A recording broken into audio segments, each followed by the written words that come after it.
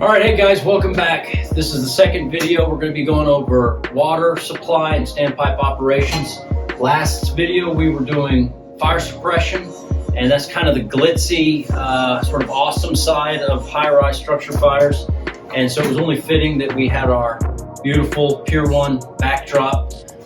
Now we're talking about water supply, and water supply is quite literally the backbone of the high-rise structure fire operation, and without it in place and without doing it correctly, the whole operation will come falling down. So we felt it fitting then to do it in sort of the dirty, grimy back room of the stairwell. So we're going to be going over a few things on this video. We're going to be talking about the equipment that we're going to need when we're setting up our water supply and operating off of our standpipe. We're going to be going over the primary functions of your second and third arriving engines. We're going to be talking about tandem pumping, and then finally we're going to talk about standpipe operations. So without further ado, let's get going.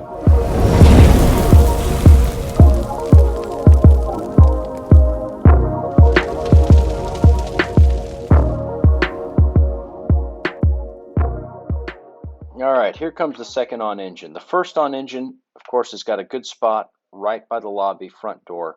This engine here, it wants to get a good spot next to the FDC. Now that second on engineer is going to place his engine into pump gear and grab his dog bone FDC key. If the FDC has a locking cap, as in this case here, you're going to want to use your FDC key to unscrew the lock, and then use the other end of that dog bone key to grab onto those little nubs there and unscrew the cap from the FDC itself. Next, that engineer is going to want to pull off two sections of 2.5-inch hose. He'll use this to make the connection from his engine to the FDC. It's good practice for that engineer to get that initial connection made to the FDC. Don't wait to charge the FDC until you have both lines established. You can charge that FDC with just a single line established and then bring in that second line after everything is set up. For demonstration purposes, the incident is taking place on the 5th floor. When you're setting up your pressures to pump to the 5th floor, you're going to give the FDC 100, and then you're going to give 5 psi for every floor. So in this case, we're going to go 100 plus 5 floors at 5 psi is an additional 25 psi. So this engineer is going to set his initial pump pressures at 125 psi. Once that line's been charged, that engineer will call up to that first on engineer, who will be water control. He'll be standing by in the standpipe room waiting for that standpipe to be charged. Once he gets that call, he'll charge the attack line and gate down the valve to the appropriate pressure. All right, now that he's got his initial line charged to the FDC, he's going to go ahead and set up his second 2.5-inch supply line. So now that our engineer's got a good connection to the FDC, he can start getting ready for that third on engine. If he's got a minute, he can deploy a high pressure 4-inch line or two 2.5-inch lines. Either one will work, and he can just get ready for that third engine to start receiving water. When the third engine arrives, they're going to stop at the hydrant closest to the scene, and they're going to do a forward lay from that hydrant.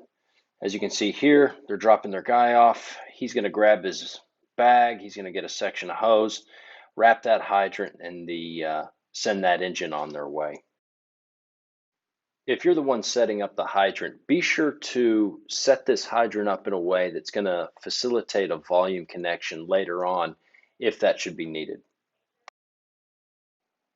Something worth noting too is positioning your apparatus with the pump panel facing away from the fire building or the building that you're working in. This will protect that driver operator from falling debris. It also gives an opportunity for that third arriving engine to park opposite you, in which case both pump panels are facing one another. This aids tremendously in communication between the two engineers when they're trying to get their pressures correct. All right, so this case here that we're watching, the second on engineer has taken the initiative to go ahead and connect his high pressure, large diameter hose from his intake to the third on engine's LDH discharge. The third on engineer is connecting his supply line to his engine, and will soon get water and will thus start feeding the second on engine. All right, so now the third on engine is connected to the second on engine. He's got water coming in now. It's opened up his intake. Now he's going to go open up the discharge on the other side. Now, once he gets that discharge open, he's going to be able to go back to his pump. He's going to check his pressures. One thing he wants to be sure he does is to take it out of pressure mode, which is what our engines are preset to be in, and put it into RPM mode. This way, his engine and the pumping engine don't end up battling each other. He's going to check his discharge. He's sitting at about 100, 110, which is more than enough for that fifth floor operation that's happening. Again, he's going to double check, make sure that he's in RPM, and then the two engineers will get together and coordinate their efforts. All right, guys, so there you have it. That's your initial water supply operation. Obviously, these scenes will develop much different, right? So one high-rise operation is going to develop much differently than another high-rise operation. This is just your initial setup, your initial water supply. You could end up in a situation where you're setting up multiple sticks or you're needing multiple hand lines on multiple floors, in which case that scenario will develop accordingly. And again, this will really highlight the importance of why those second and third on engines, specifically those engineers, need to coordinate their efforts, especially if they start needing to boost multiple lines. We went over the equipment you're going to need when running this operation.